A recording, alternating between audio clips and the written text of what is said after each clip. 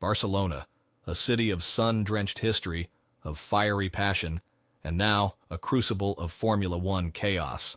This Sunday, as the 2025 Spanish Grand Prix roars to life at the Circuit de Barcelona, Catalunya, the track won't just host a race, it will host a reckoning. Because the truth is, the Spanish Grand Prix has become ground zero for controversy. Regulation changes, team feuds, fan backlash, driver rebellion, and an entire nation divided over the soul of its home race. This isn't just another Grand Prix. This is Formula One under fire. And we're about to tell you why. It all started with a subtle flex. A bend so slight it couldn't be caught by the naked eye, but the stopwatch saw it. McLaren's 2025 car had been a revelation. Aerodynamically aggressive, lethally quick. But as rivals scratched their heads trying to figure out where that pace came from, suspicion turned into scrutiny. The FIA, after weeks of backroom whispers and pressure from rival teams, announced a bombshell. A mid-season rule change. The allowable deflection in front wings under aerodynamic load would be reduced from 15 millimeters to just 10. That may sound like a small tweak, but in the world of Formula One, where every millimeter counts, it was a seismic shift. Jonathan Wheatley, Red Bull's seasoned sporting director, summed it up in one word: game changer. And it was clear who the target was. McLaren, the papaya-colored juggernaut that had torn through the early races like a rocket on rails. Lando Norris and Oscar Piastri were thriving, and suddenly, that advantage was being taken away. McLaren responded swiftly, testing a new front wing in the days leading up to Spain. CEO Zak Brown put on a brave face, telling media, "We're confident, we believe in our car, and we welcome fair competition." But behind the scenes, insiders said the mood was tense, because McLaren knew the timing wasn't just suspicious, it was surgical. Ferrari and Red Bull, who had struggled to match McLaren's front-end grip and corner entry stability, were pushing hard for the clampdown, and the FIA listened. While the rule change itself was dramatic, it was what happened next that lit the paddock on fire. Jos Verstappen, father, former F1 driver, and the always outspoken guardian of his son Max's dynasty, Jos went nuclear. In a fiery Dutch media interview, Jos blasted the FIA. "It's totally unfair. Why now? Why not before the season? McLaren built a great car within the rules, and now they move the goalposts." He accused the FIA of meddling, of trying to level the playing field not by innovation or merit, but by intervention. And he wasn't alone. Red Bull insiders privately echoed the sentiment. One senior engineer said, "This isn't about safety, it's about politics. McLaren got too fast, too soon." For fans, Jos's comments struck a chord. Was the FIA really just enforcing fairness? Or were they playing kingmaker? The controversy quickly spiraled. Social media exploded with hashtags like FlexiFix and RFIAgate. Memes mocked the governing body. Drivers were peppered with questions. And the paddock became a war zone of whispers. The race hadn't even started, but the battle lines were drawn. But the drama wasn't confined to the track, because 2025 is the end of an era. After this year, the Spanish Grand Prix will move from Barcelona to Madrid. And if you thought technical regulations caused drama, you haven't seen Spanish racing politics. The new track? A street circuit dubbed the Mad Ring. Futuristic, glitzy, designed for spectacle. But many say it lacks something crucial: soul. Barcelona's Circuit de Catalunya has been part of the F1 calendar since 1991. It's seen titanic battles. It's where Schumacher dominated, where Alonso won, where Hamilton carved up fields like a surgeon. The layout may not always deliver fireworks, but it's part of the DNA of F1. And now, it's being replaced. Why? Money.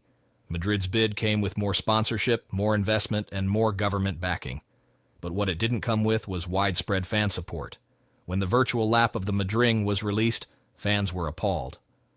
"This is Monaco without charm," said one Twitter user. "Looks like someone made it in a video game level editor," joked another. Even drivers had doubts. Lewis Hamilton, while measured, said, "Progress is good, but not if we lose what makes this sport special." And then came Fernando Alonso, Spain's greatest F1 export. He stood tall, named ambassador for the Barcelona circuit. In a speech dripping with passion, he said, "This place raised me. It's more than tarmac. It's memory, emotion, home."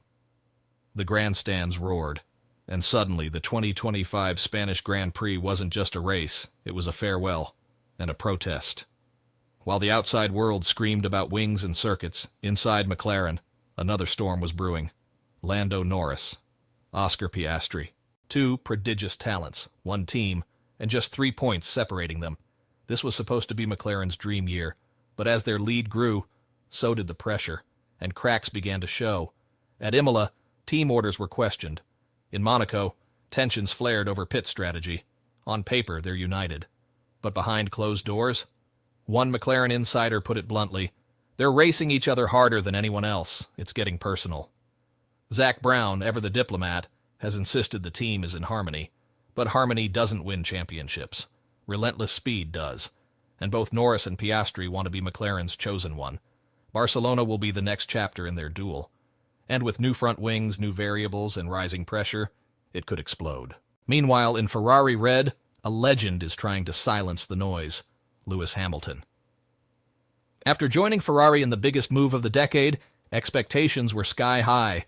But as the season unfolded, cracks emerged. Specifically, on the radio.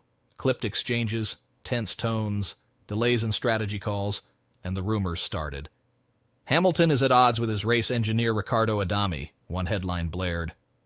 Lewis wasn't having it. That's BS, he snapped in a press conference. We're good. People love drama. But drama sells, and Ferrari attracts it like a magnet. Hamilton, always composed, now faces questions every weekend.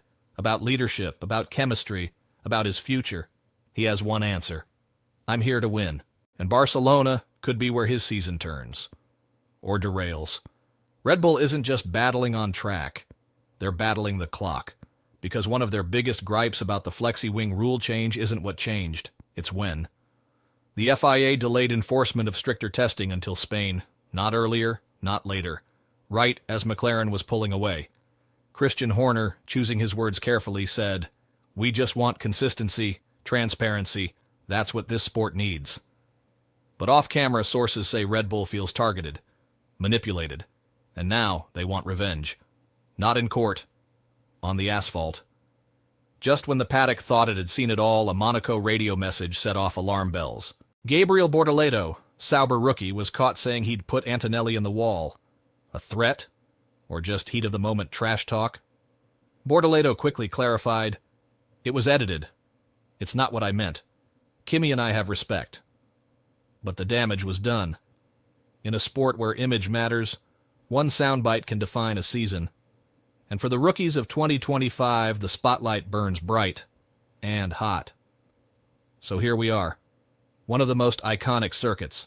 One of the most explosive lineups. One of the most politically charged weekends in recent F1 history. Flexi-wings,